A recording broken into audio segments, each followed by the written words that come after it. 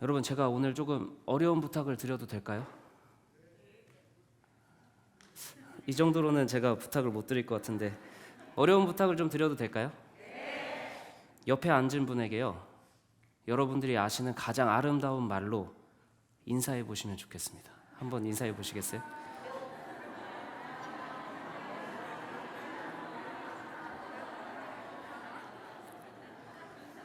너무 좋습니다. 말은 안 하시고 그냥 이렇게만. 근데 막상 또 내가 아는 가장 아름다운 인사말이 무엇일까 또 고민해 보셨을 겁니다.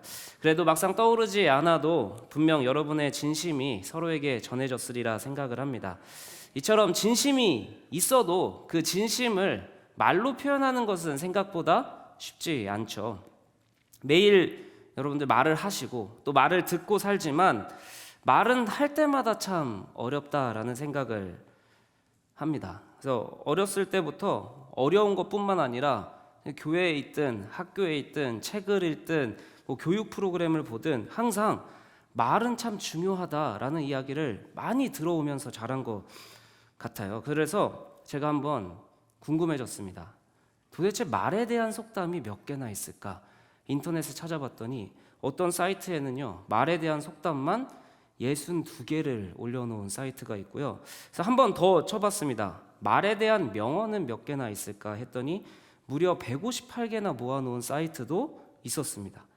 그만큼 이 말이라는 거에 대해서는요, 종교나 문화나 인종 다 초월해서 모든 인류가 다 공감하고 인정하는 내용입니다.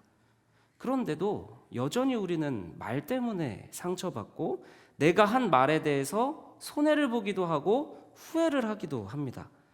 그러나 성경은 분명 우리에게 다른 세상들의 말처럼 똑같이 말에 대한 중요성을 이야기하지만 분명 성경만의 독특한 가르침이 있을 거라 생각을 합니다. 세상도 언어의 중요성, 세상도 말의 중요성을 이야기하지만 우리의 언어가 하나님은 반드시 하나님의 방식대로 사용되고 변화되길 원하신다라고 생각을 합니다. 하나님은 항상 우리에게 더 나은 삶을 약속하시고 선물로 주시기 위해 기다리시는 분입니다. 그래서 오늘 하나님의 말씀으로 세상이 보장하는 나은 삶이 아니라 하나님이 우리의 언어를 다스리시고 약속하시는 삶을 살아내는 선포의 시간이 되시길 주님의 이름으로 축복합니다. 우리의 삶이 더 나아지게 하는 언어 사용법 첫 번째, 함께 따라해 보겠습니다. 성령이 붙드시는 혀. 오늘 읽은 말씀 첫 번째 단락에서 야고보는요, 우리가 말을 하는 신체 부위인 이 작은 혀를요, 두 가지에 비유를 합니다. 첫 번째는 어디였는지 기억하시나요? 첫 번째는요, 제가 설명을 드릴게요. 말을 순종하게 하는 재갈에 비유를 합니다. 자, 혹시 두 번째는 그럼 기억이 나실까요? 배를 운행하는 키에 비유를 합니다. 자, 여러분, 재갈과 키의 공통점이 뭐일 것 같으세요? 작다라는 겁니다. 작은데요, 눈에 보이는 부분은 아주 작지만 아주 큰 말과 배의 방향을 제어할 수 있다라는 겁니다. 야고보는 말을 하는 혀가 마찬가지로 마치 말을 다루는 재갈처럼 배를 다루는 키처럼 작지만 우리가 하는 말이 우리의 인생의 방향을 결정한다라고 이야기하고 있는 것입니다. 그런데 말이 우리의 인생의 방향을 결정한다라는 것은 성경만 이야기하는 가르침은 아닐 겁니다. 수많은 자기계발서들도요, 수많은 심리학 책들도요, 동일하게 긍정적인 말을 해라, 긍정적인 생각을 해라, 그 긍정적인 말과 생각이 너희들의 삶을 긍정적인 방향으로 이끌 것이다 라고 이야기를 합니다. 그렇다면 성경의 가르침이나 세상의 조언이나 크게 차이가 없는 거 아닐까라는 생각을 해봅니다. 그런데 이렇게 생각을 해봅시다. 재갈로 말을 조정할 수가 있습니다. 키로요, 배를 운행할 수 있습니다. 그런데 그 말이 누구나 재갈을 잡으면 말을 조종할 수 있다는 말이 아니죠. 누구나 키를 잡으면 배를 운행할 수 있다라는 말이 아닙니다. 말을 제어하고 조종할 수 있는 제갈보다 중요한 것은 무엇일까요? 누가 그 제갈을 잡고 있느냐라는 거겠죠.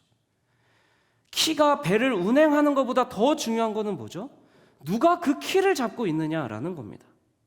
세상은 내가 제갈만 정신 똑바로 차리고 잘 잡으면 내 인생이 바른 방향으로 갈 거라고 이야기를 해요. 내가 키만 잘 잡고 있으면 내 인생이라는 배가 바른 방향으로 갈 거라고 이야기를 하는 겁니다. 그러나 내 말을 잘 통제하면 내 인생이 더 나은 삶이 될 거라는 것을 알고 있으면서도 정작 내 인생이 통제가 되지 않을 때 우리는 너무 손쉽게 말이라는 제갈을 놓아버릴 때가 있다는 거죠. 우리의 인생이 도무지 감당할 수 없는 광풍이 휘몰아칠 때 우리는 아무리 긍정적인 말로 내 인생의 바른 방향으로 내 인생을 끌고 가려 하더라도 변화되지 않는 상황 속에서 두려움에 떨 수밖에 없고 키를 놓칠 수밖에 없다라는 겁니다. 여러분, 그런데 야고보는 누구입니까? 초대교회의 지도자였습니다. 그는 교회의 시작을 분명히 목격한 사람이고 증언하는 사람입니다. 그렇다면 여러분, 그가 목격하고 그가 증언하는 교회의 시작을 보면 야고보가 이야기하는 말의 중요성에서 중요한 힌트를 얻을 수 있을 거라 생각을 합니다. 사도행전 2장 4절에 보면요, 이런 이야기가 나옵니다. 오순절 마가다락방에서 수많은 사람들이 모여서 기도할 때 성령님이 그 자리에 임하십니다. 그리고 기도하는 자들이 성령의 충만함을 입는 거죠. 중요한 것은요, 오늘 말씀을 보시면 이렇게 이야기를 합니다. 성령의 충만함을 받고 나서 무슨 일이 일어나죠? 성령님이 말하게 하신다라는 겁니다. 성령의 충만함을 받고 나서 가장 먼저 변화된 것이 무엇이냐? 그들의 말이, 그들의 언어가 변화되었다라는 겁니다. 자기의 생각, 자기의 감정을 이야기하는 것이 아니라 성령이 나에게 말하게 하시는 것을 따라서 말하기 시작했다라는 겁니다. 분명한 기준을 따라서 말하기 시작했다라는 겁니다. 말의 제갈과 같은, 배의 키와 같은 각 사람의 혀를 성령이 붙들기 시작하시는 겁니다. 그랬더니요, 성령에 붙들린 혀들은요, 각기 다양한 언어들로 하나님의 무엇을 선포하기 시작하죠?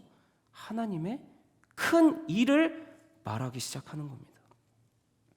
성령이 붙드신 혀는요, 다른 거 말하는 것이 아닙니다. 하나님의 계획, 하나님이 하실 일, 하나님의 크신 일을 선포하기 시작했다라는 거예요. 성령이 임한 사람은 무엇을 선포한다고요? 하나님의 큰 일을 선포하기 시작한다라는 겁니다. 그러나 성령이 붙드신 그 혀들이요, 하나님의 일하심, 하나님의 큰 일을 선포하기는 하지만 어떤 이들은 그 사람들을 조롱하며 말합니다. 세술에 취하였다고 그들을 놀립니다. 여러분, 오늘날도 성령의 일하심은 동일하십니다. 성령이 붙드신 혀는 성령님이 하실 일, 하나님의 큰 일을 선포하기 시작할 겁니다. 그러나 세상은 그때나 지금이나 하나님의 큰 일을 선포하는 자들의 혀를 조롱할 것입니다. 하나님이 붙들지 않은 혀는 현실적이라는 말로 부정적이고 낭망적인 말을 포장해버립니다. 하나님이 붙들지 않은 혀는 긍정적이라는 말로 헛된 희망을 포장합니다. 그러나 하나님이 붙드신 혀는 내 인생은 긍정적인 생각을 하면 무조건 잘 풀릴 거야 라는 헛된 희망을 말하지 않습니다. 하나님이 붙드신 혀는 나는 안 될 거야 라는 부정적인 절망의 언어를 말하게 하시지도 않습니다.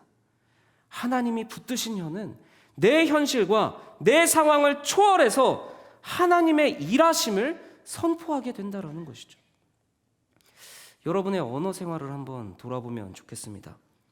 우리의 말에 얼마나 하나님의 일하심을 기대하고 있는가? 나의 삶에, 나의 현실의 모습을 현실적이라는 이유로 낭망하고 절망하고 부정적인 언어로 내 인생을 자책하며 살고 있지는 않은가?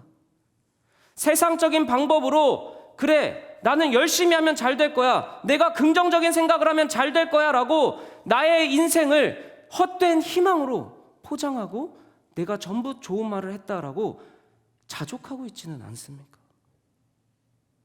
하나님이 나의 삶을 이렇게 사용하실 것이라는 것은 나의 혀를 성령이 붙드셨을 때만 하나님의 분명한 약속의 말씀으로 선포되는 것입니다.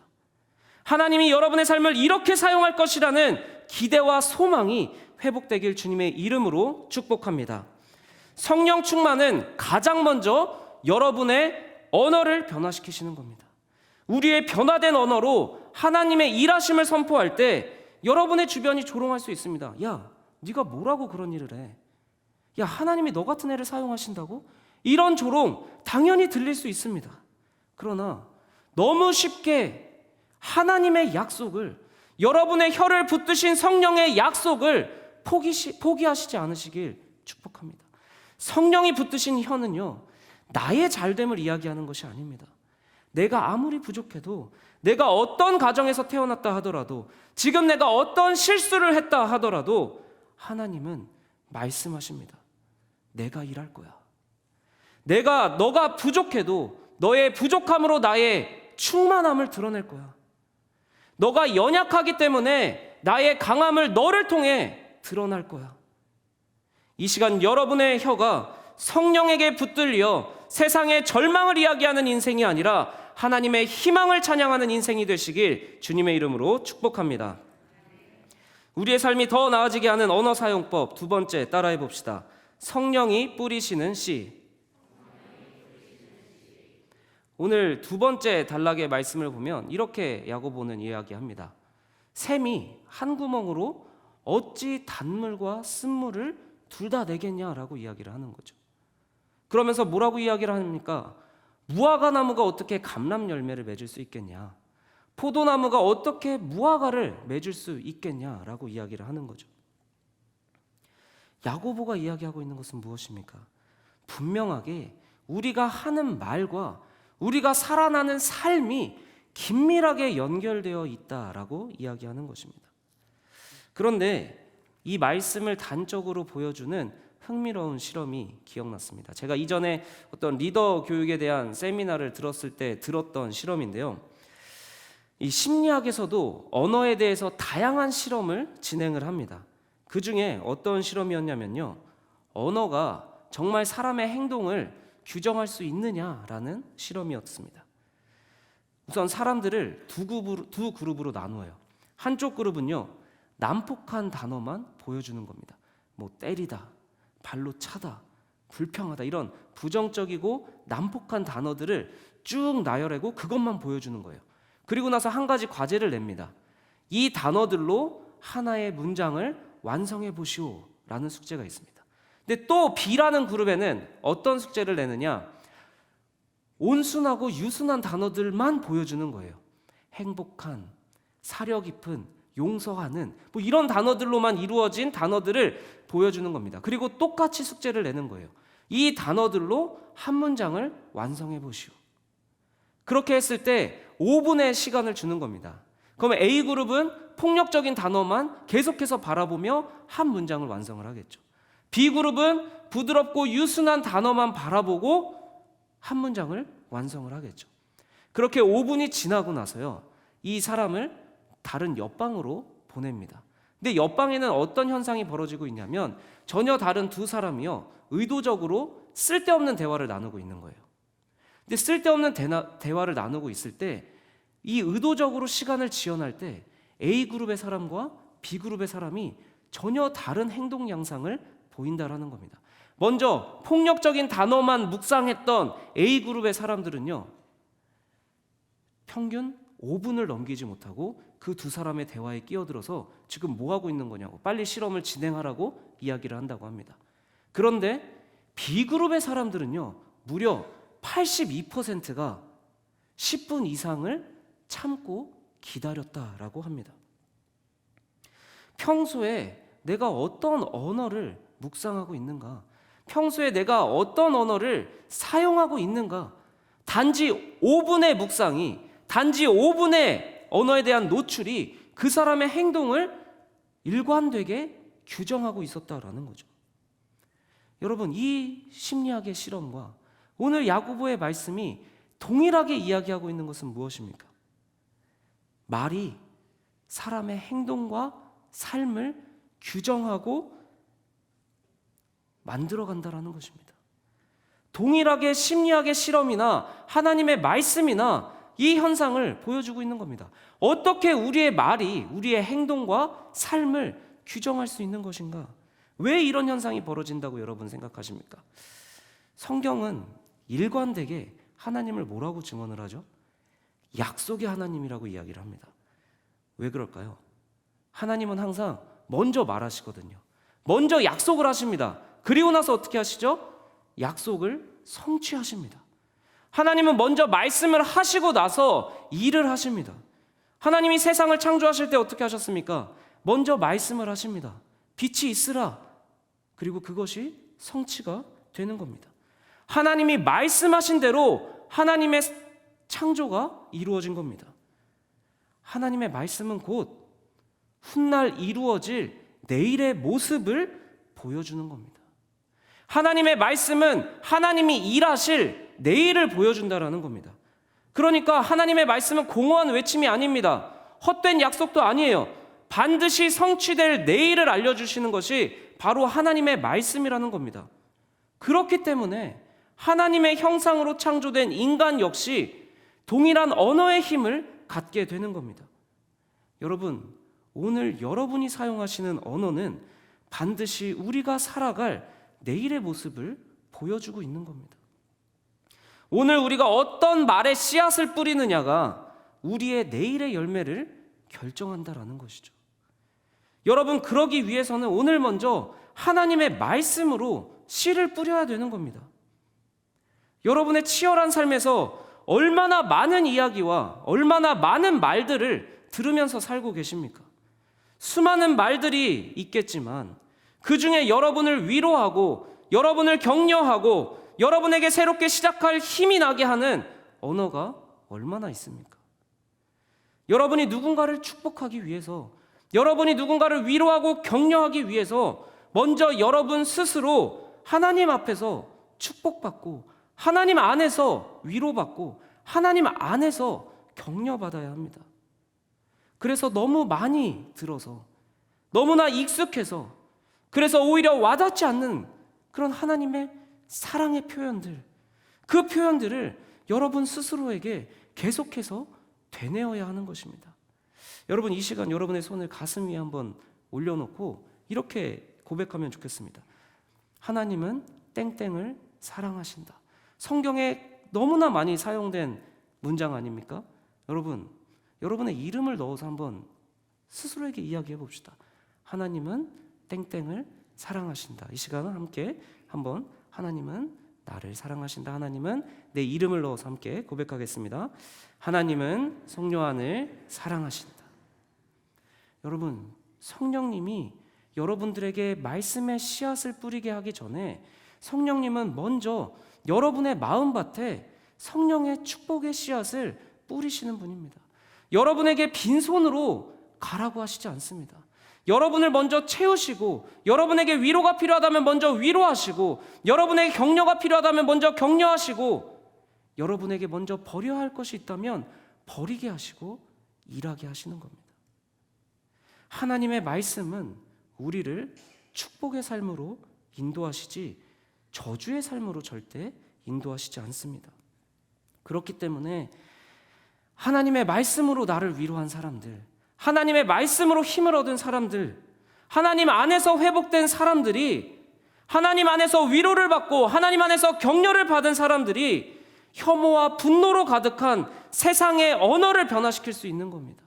그저 말로만 세상의 언어를 변화시켜야지, 세상의 혐오와 분노가 너무 많아라고 하면서 똑같이 세상을 혐오하고 분노할 수밖에 없는 겁니다. 그 전에 우리의 마음을 다스려야 되는 겁니다. 하나님, 세상에 충만한 분노와 세상에 충만한 혐오를 내가 견디기 어렵습니다. 그러나 내 안에 성령의 마음을 품어주옵소서. 성령님, 나를 위로하여 주옵소서. 여러분, 씨앗을 심는다고 열매가 금방 열리지 않죠. 열매가 금방 맺히지 않는다 하여 아무도 씨앗을 뿌리지 않는다면 모두가 굶어 죽고 말 것입니다. 지금 당장의 변화가 눈에 보이지 않는다 하더라도, 지금 당장의 열매가 없다 하여도 오늘 또 하나님의 축복의 말씀을 선포하고 선언하는 교회가 되면 좋겠습니다. 답답한 사람을 보면 축복해 줍시다. 나를 미워하는 사람에게도 축복해 줍시다. 똑같이 감정적으로 부딪히고 싶어도 성령님의 씨를 뿌려봅시다. 그러다 지치면 또 가슴 위에 손을 올려놓고 기도하는 겁니다. 성령님, 내가 다른 거 하겠다는 게 아니에요. 성령님의 씨를 뿌리고 싶습니다. 성령님의 열매를 맺고 싶습니다. 위로해 주세요. 힘을 주세요. 그만하고 싶어도 포기하지 않게 해주세요. 서로를 위해 또 기도하는 겁니다. 성령님, 성령님의 씨를 뿌리다 지친 나의 친구가 있습니다. 나의 동역자가 있습니다. 나의 지체가 있습니다. 도와주세요. 힘을 주세요. 내가 그를 위해 위로하게 해주세요. 격려하게 해주세요. 언젠가 서로의 삶에서, 연동교회 공동체 안에서, 여러분의 가정에서, 여러분의 직장에서 성령의 열매를 맛보는 날이 반드시 올 것입니다. 지금 당장은 열매가 보이지 않는 황무지 같은 여러분의 가정이 있다 할지라도, 여러분의 직장에서 열매가 보이지 않는다 할지라도 축복의 씨앗을 뿌리게 하시고 성령의 씨앗을 심게 하시고 자라게 하시고 열매 맺게 하시는 성령의 역사를 반드시 여러분은 씨를 뿌릴 때에 경험하게 되실 것입니다. 여러분, 그러니까 하나님의 일하심을 말씀으로 먼저 선포해 봅시다. 오늘 여러분의 언어가 내일의 여러분의 삶을 보여주는 겁니다.